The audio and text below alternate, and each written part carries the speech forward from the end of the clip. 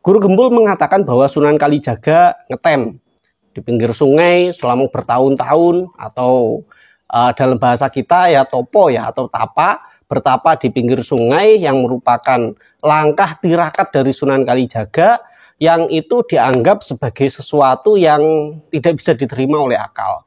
Yang Sunan Kalijaga bertapa, kemudian tidak makan, tidak minum di pinggir sungai selama bertahun-tahun. Secara logika kan mustahil gitu ya. Seorang manusia bertapa di pinggir sungai, tidak makan, tidak minum selama bertahun-tahun, kok masih hidup gitu. Itu kan sulit diterima. Walaupun orang itu tidak usaha, tetapi dia bisa makan. Bagaimana untuk membuktikan ini? Maka Sunan Kalijaga membuktikannya dengan langkah bertapa. Bertapa ketika makanan itu datang, maka dia makan. Kalau makanan itu tidak datang, maka dia tidak makan. Assalamualaikum warahmatullahi wabarakatuh. Bismillahirrahmanirrahim. Selamat siang, kita berjumpa lagi dalam Gus Arok Channel. Semoga kita semua selalu dalam lindungan Allah Subhanahu wa Ta'ala. Oke, kali ini saya ingin membahas tentang suatu video yang diupload oleh seorang YouTuber yang cukup besar, yaitu Guru Gembul. Dia memiliki subscriber yang sudah lebih dari 1 juta, sudah banyak yang menonton ya. Salah satu videonya ini berbicara tentang Wali Songo, menggambarkan Wali Songo tidak seperti yang digambarkan oleh orang-orang Muslim pada umumnya. Jadi beberapa poin yang bisa saya tangkap dan menurut saya ini adalah kesalahan dari pemahaman Guru Gembul terhadap sudut pandang memahami Wali Songo.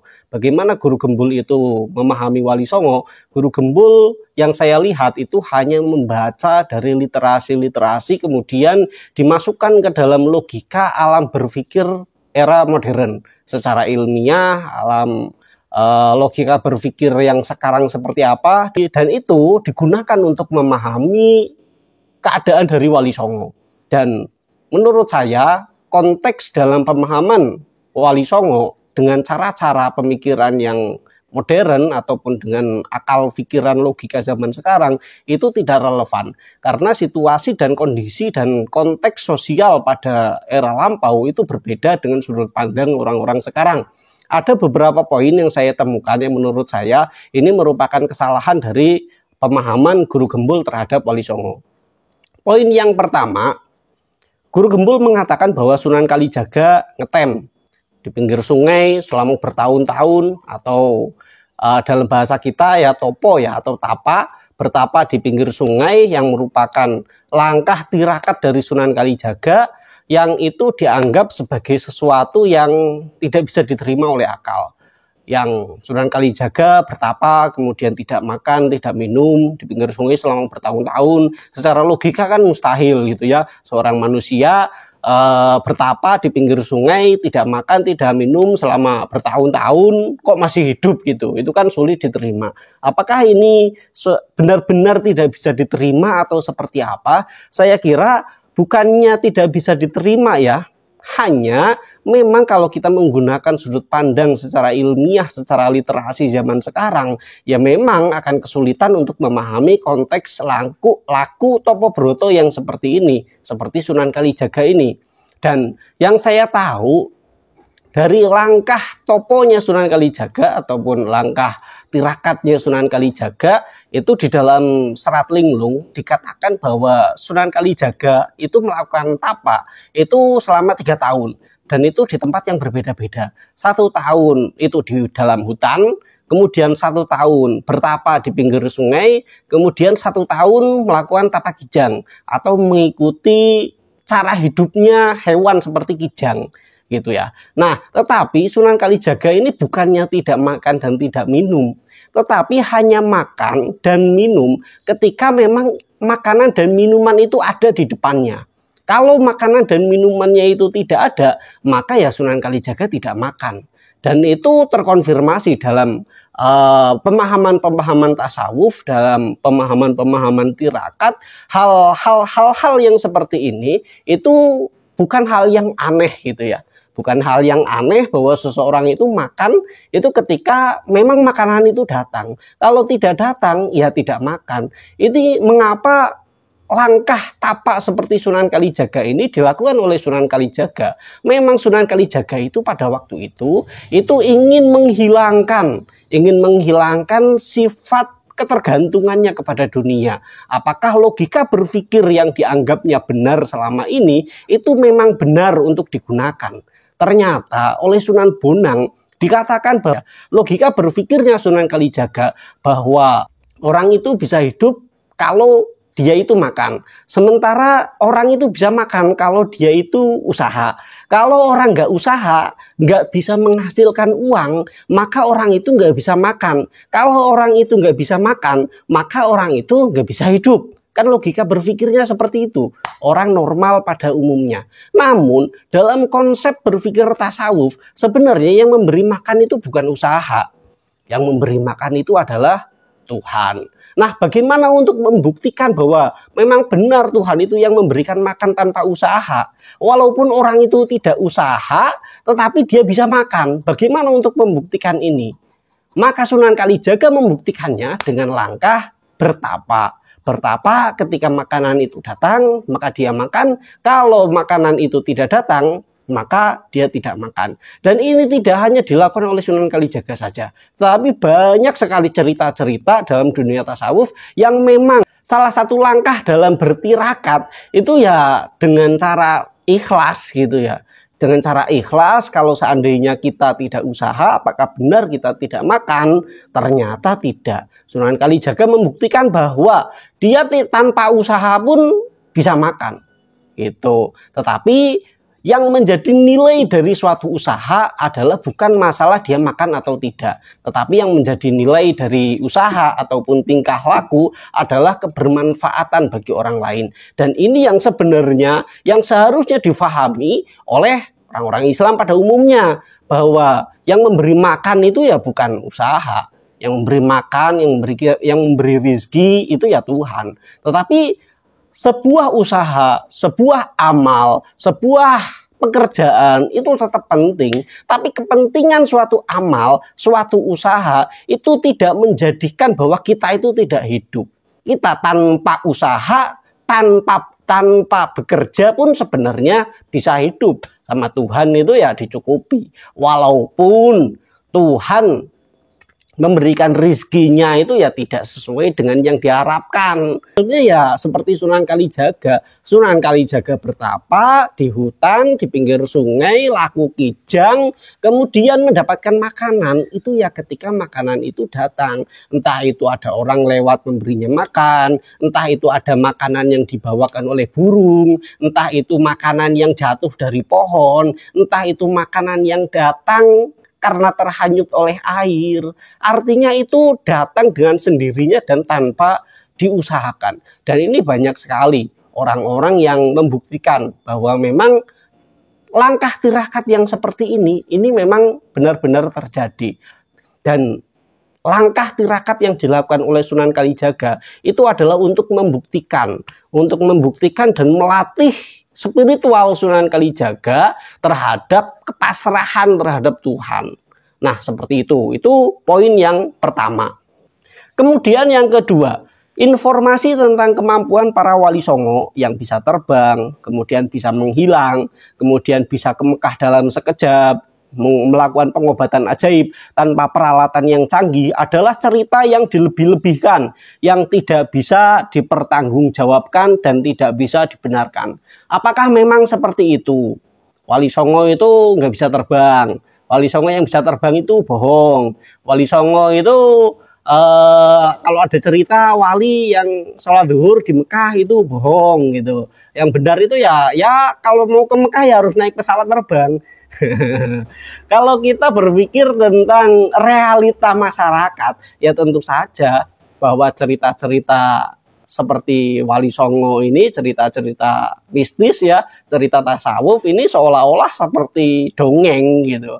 Namun yang perlu kita pahami adalah sudut pandang para Wali Songo itu tentang kehidupan seperti apa. Mengapa Wali Songo itu ada cerita-cerita yang seperti ini.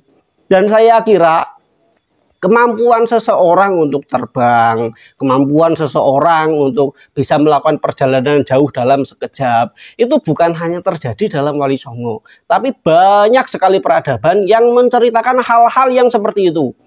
Dan saya mengambil kesimpulan bahwa bukannya seorang manusia itu tidak mampu untuk melakukan seperti itu, tapi sebenarnya hampir semua manusia itu mampu sebenarnya. Namun harus menggunakan sebuah metodologi. Bagaimana seseorang itu bisa mendapatkan suatu kemampuan yang istimewa. Tetapi yang perlu kita pahami bahwa sebenarnya bukan Wali Songo itu bukan pada kemampuannya. Karena di dalam Islam ataupun di dalam tasawuf bahwa karomah yang merupakan kemampuan dari seorang wali itu bukan tujuan dari suatu ajaran agama. Tujuan agama dalam suatu hakikat itu ya mengenal eksistensi dari Tuhan, mengenal apa yang namanya nama tanpa sifat dan sifat tanpa nama, mengenal apa yang namanya sangkan paraning dumadi, mengenal apa itu yang namanya Tuhan dan bagaimana Tuhan itu menciptakan, mengenal secara hakikat, bukan hanya katanya. Itu langkah dari para wali gitu. Dan perjalanan para wali itu tidak hanya dalam sekejap gitu ya, tidak ujuk-ujuk menjadi wali, tetapi melalui perjalanan yang panjang gitu. Melalui perjalanan yang panjang, melalui fase-fase yang tidak sebentar dan sulitnya luar biasa. Itu sebagai contoh ya, Sunan Kalijaga sebelum menjadi wali itu tapa 3 tahun.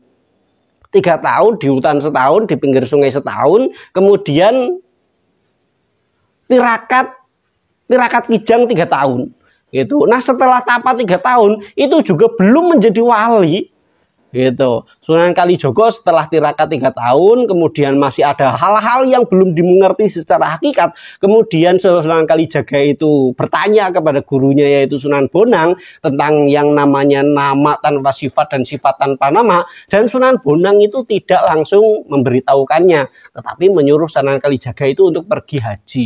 Ternyata Sunan Kalijaga itu benar-benar pergi haji dan di tengah perjalanan itu bertemu dengan Abi Khidir, dan di sanalah Sunan Kalijaga melakukan percakapan yang sangat panjang tentang hakikat.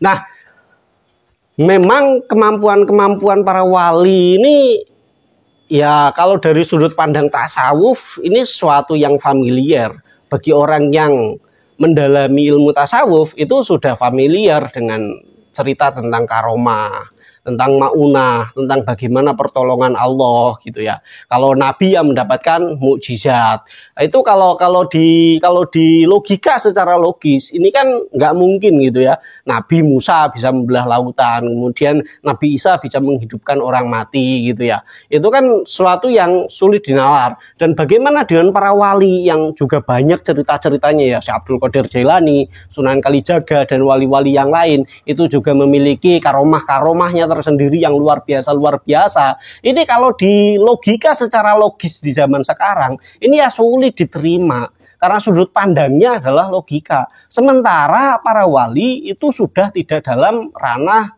logika lagi, sudah bukan dalam ranahnya syariat lagi. Karena kalau kita berbicara tentang Islam itu kan ada syariat, ada tarekat, kemudian ada hakikat, kemudian ada makrifat, gitu. Ada beberapa tingkatan.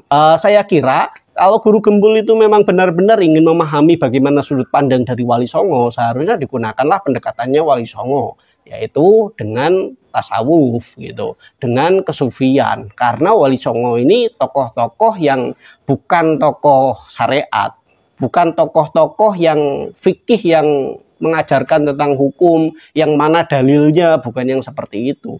Tapi Wali Songo itu seorang tokoh yang memang basic kepribadiannya itu seorang sufi itu. Seorang sufi, seorang yang memang sudah meninggalkan kepentingan dunia, sudah zuhud, sudah ikhlas, kemudian juga sudah kepada orang lain tidak suudon, husnudon terus, ya gitu ya. Karena langkah dari tarekat itu sendiri sebenarnya kan bukan pada kemampuan-kemampuan yang sifatnya seperti karomah, tetapi prosesnya adalah membersihkan hati dari penyakit-penyakit hati. Ada takabur, ada suudon, ada riya, kemudian ada hubud dunia, mencintai dunia, dan bagaimana pola-polanya agar bisa menjauhi penyakit-penyakit hati tersebut. Itu di dalam tarekat itu biasanya sudah ada metodologinya. Maksudnya harus mengalami secara langsung. Apakah memang benar gitu ya? Saya itu sudah menghilangkan sifat takabur saya. Apakah memang benar saya itu sudah tidak memiliki sifat riya? Apakah benar saya itu sudah tidak memiliki sifat hubud dunia ataupun cinta kepada dunia? Itu kan untuk memahami identifikasi penyakit hati ini harus dialami oleh dirinya sendiri. Tidak bisa hanya dengan membaca literasi, tapi harus melakukan introspeksi diri yang terus-menerus sehingga bisa mengenali dirinya sendiri. Dirinya sendiri itu seperti apa, penyakit hatinya masih ada atau tidak. Kemudian setelah penyakit hatinya itu nggak ada, kepada orang sudah nggak pernah suudzon, ghibah sudah tidak pernah gitu ya. Kemudian diisi dengan sifat-sifat yang baik gitu. Nah, kalau di dalam tarekat biasanya metodologinya untuk menghilangkan penyakit hati itu dengan metodologi zikir. Untuk dengan memperbanyak zikir dalam hati, zikir dalam ucapan, zikir dalam pikiran, zikir dalam tingkah laku. Sehingga apa yang disebut penyakit hati itu lambat laun bisa dihilangkan. Seperti itu ya. Kemudian poin yang terakhir. Wali Songo memang tokoh historis. Guru Gembul memang mengakui bahwa keberadaan Wali Songo itu adalah seorang tokoh historis. Semuanya ada, catatannya ada, dan juga anak keturunannya juga ada. Jadi bukan cerita fiktif, tapi cerita historis. Namun, para wali ini tidak suci, tidak sesuci yang dibayangkan oleh orang-orang. Buktinya para wali juga melakukan intrik-intrik politik. Seperti pada waktu politik antara Arya Penangsang dengan Joko Tingkir. Apakah memang benar para wali ini melakukan intrik-intrik politik, berkecimpung dalam politik praktis gitu ya, menjadi seorang politisi gitu. Ya, memang kalau kita melihat peran dari Wali Songo itu memang tidak terlepas dari pemerintahan. Namun perlu juga kita pahami. Poin yang pertama adalah apakah memang benar Wali Songo itu tidak suci? Wali ini dikatakan tidak suci. Lantas perbandingannya dengan siapa? Dengan apa? Kesucian wali ini dibandingkan dengan apa seharusnya? Kalau kita memperbandingkan Wali Songo itu dengan orang biasa, ya tentu saja lebih suci Wali Songo lah. Kan gitu. Kalau Wali Songo dengan para nabi, ya lebih suci para nabi gitu. Kalau masyarakat, sebenarnya yang mensucikan Wali Songo ini kan masyarakat gitu. Masyarakat pada umumnya itu sangat menghormati Wali Songo, mensucikan Wali Songo seolah-olah Wali Songo itu tidak banyak dosanya ataupun tidak punya dosa sama sekali gitu ya. Itu kan yang memperbandingkan kan masyarakat. Masyarakat membandingkan Wali Songo dengan dirinya sendiri, dengan masyarakat pada umumnya.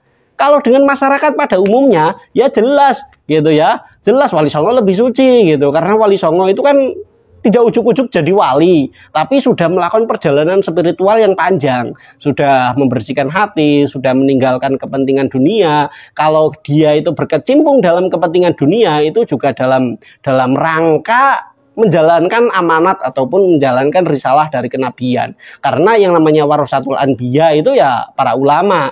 Yang namanya para ulama yang dimaksud secara ilmu dan secara spiritual ini ya para wali, gitu ya. Kemudian bagaimana dengan perannya dalam perpolitikan secara praktis? Ya memang para wali ini dalam politik itu ya mengikuti gitu ya. Maksudnya mendampingi raja-raja, Joko Tingkir, kemudian Arya Penangsang, keluarga kerajaan, Raden Patah, itu ya memang didampingi oleh Wali Songo. Dan itu sudah menjadi kewajiban dari ulama. Sudah menjadi kewajiban dari ulama untuk selalu bisa mendampingi masyarakat pada umumnya, termasuk keluarga kerajaan. Tapi kalau dikatakan bahwa Wali Songo memiliki kepentingan politis, maka tidak mungkin Wali Songo itu memiliki kepentingan politis, karena secara perjalanan spiritual saja sudah menghilangkan sifat-sifat seperti hubud dunia. Kalau sudah tidak mencintai dunia, maka untuk apa punya kepentingan politis? Yang ada itu ya untuk kepentingan umat itu. Seperti apa yang terbaik untuk umat. Mungkin dari saya cukup sekian. Wallahul muwaffiq ila aqwamit thoriq. Wassalamualaikum warahmatullahi wabarakatuh.